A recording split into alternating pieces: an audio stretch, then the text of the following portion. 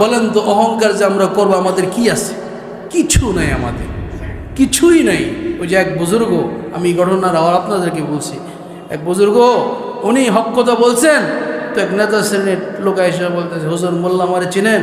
আমরা এমন সম্মুখীন হই, হ্যাঁ হুজুর এই কথা আপনি বললেন, ইত্যাদি ইত্যাদি। অনেক অহংকারী লোকের সম্মুখীন আমরা হই, আপনারাও দেখেছেন। এমনও তো আছে, আরে ওয়াজ করতেছি, নসিহা করতেছি, সত্য কথা বলতেছি, সে ডাইরেক্ট মানুষের উপর দিয়ে চলে আসা সে বাধা দিচ্ছে। কি হয়েছে? কি হয়েছে? কিছু হয় নাই। তো ওই লোক আইসা বলতেছে, হুজুর হ্যাঁ আপনি এমন কথা বললেন আমার সম্বন্ধে, বা এই কথা বললেন আমার গায়ে লাগছে, আপনি আমাকে চিনেন? তো দারুল উলুম দেওবন্দের মুহাদ্দিস বলতেছে, হ্যাঁ তোমাকে আমি ভালো করে চিনি, আমি যতটুকু চিনি তুমিও তোমাকে অতটুকু চিনো না। এবার দারুল উলুম দেওবন্দ মাদ্রাসার মুহাদ্দিস বলতেছে, আউয়ালুকা নুতফাতুন তাদিরা। আরে মিয়া নেতা, তোর ডেফিনেশন হলো, তোর নিজের পরিচয় হলো আউয়ালুকা নুতফাতুন তাদিরা, তুমি ছিলা সর্বপ্রথম একটা নাপাক পানি বাবা এবং মায়ের থেকে স্খলিত বীর্য, এর মাধ্যমে তুমি পৃথিবীতে এসেছো। তাহলে তোমার ফার্স্ট হলো নাপাক পানি, ও আখিরুকা জিফাতুন কাজিরা, তোমার শেষ হলো দুর্গন্ধময় একটা লাশ। তুমি যখন মরে যাইবা তখন এটা দুর্গন্ধ হয়ে যাবে, কবরে যখন রাখবে, হায় কত কবর দেখছি।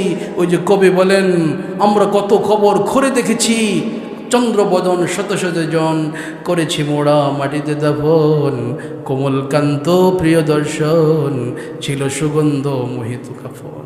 কিছুদিন পর পুরাতন কবর খরিয়া মর্মে লাগে যে ব্যথা, কোথায় কাফন কোথায় বদন চিহ্ন কিছুই নাহি কহেতা। লাশটা গইলা যাবে, গুস্ত বিক্ষিপ্ত হয়ে যাবে, হাড়গুলো মাটিতে খেয়ে ফেলবে। তাহলে আমার আপনার সবার যেই নেতারা ধমক দেয় মাঝে মাঝে হক্কানি আলেমদেরকে, সবার আউয়ালুকা নুতফাতুন তাজিরা, সর্বপ্রথম হলো একটা নাপাক পানি, সর্বশেষ হলো দুর্গন্ধময় লাশ। ওয়ান্তা ফিমা বাইনা যালিকা তাহমিলুল আজিরা। আর মাঝখানে কি হয়েছে?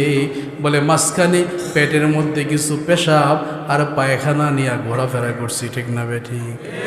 এটাই তো আমাদের পরিচয়, এটাই তো আমাদের ডেফিনেশন, এটা ছাড়া আর কিচ্ছু না।